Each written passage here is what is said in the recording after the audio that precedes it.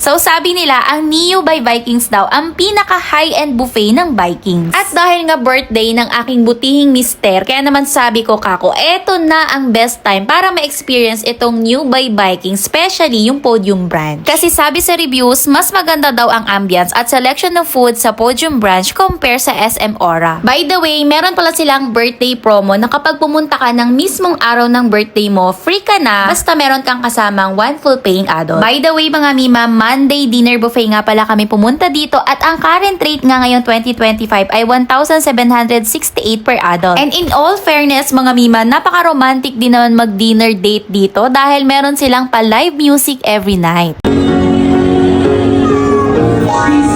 At dahil nga super love ko ang Makis and Sushis, kaya naman sobrang pleasing sa mata ko nung nakita ko tong area na to. Available in slice per order din pala itong tuna sashimi at salmon sashimi na first time ko nga lang ding natikman.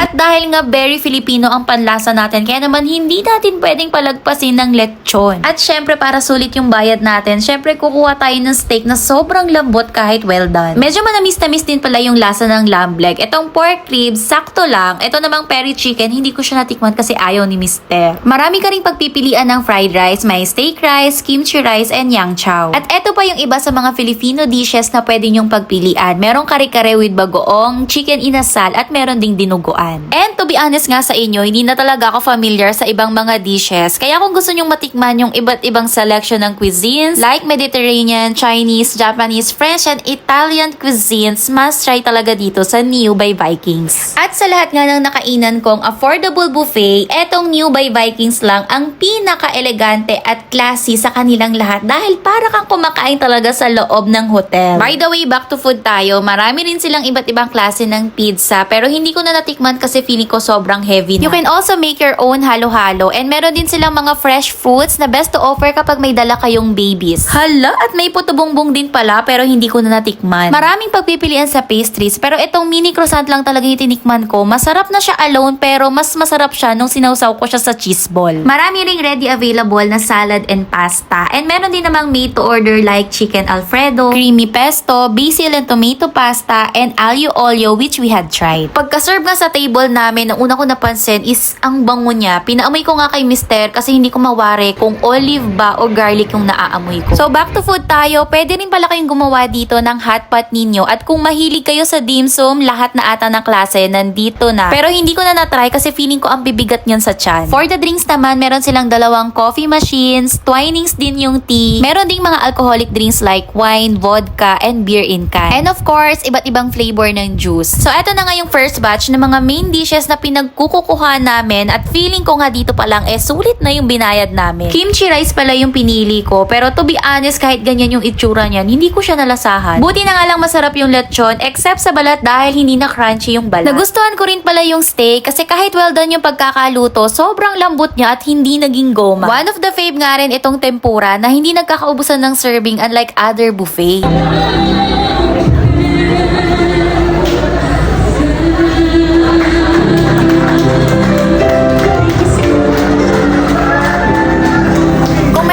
Mga favorite song or meron kayong theme song ng ka-date ninyo, pwede nyong i-request sa live singer para naman medyo romantic ang date nyo, diba? Marami ring mga appetizers like yung mga finger food ba yung tawag dito. Sa area na to, nandito rin yung iba't ibang klase ng cold cuts and cheese na wala sa ibang buffet. At dahil simpleng mamamayan nga lang tayo at di natin afford ang caviar sa mga normal na araw, kaya naman lahat ng finger food na kinuha ko is yung may mga toppings ng caviar. At maya-maya nga ay sinerve na rin yung mga free birthday cakes na mga birthday celebrant. At natupad nga yung wish ni Mister na sana daw ay walang nag-jingle at walang sumasayaw-sayaw dahil siya ay mahiyain. Anyway mga mimas, sa dessert selection naman nila, ang pinaka-favorite ko naman is yung ice cream nila. Tapos lagyan mo ng toppings na crush cones or chocolate knuckles para medyo may thrill yung pagmuya mo ng ice cream. Kung may kasama kayong sweet tooth, matutuwa sila dito dahil sobrang dami ring mga finger cakes, finger brownies na hindi ko na rin natikman dahil hindi tayo sweet tooth.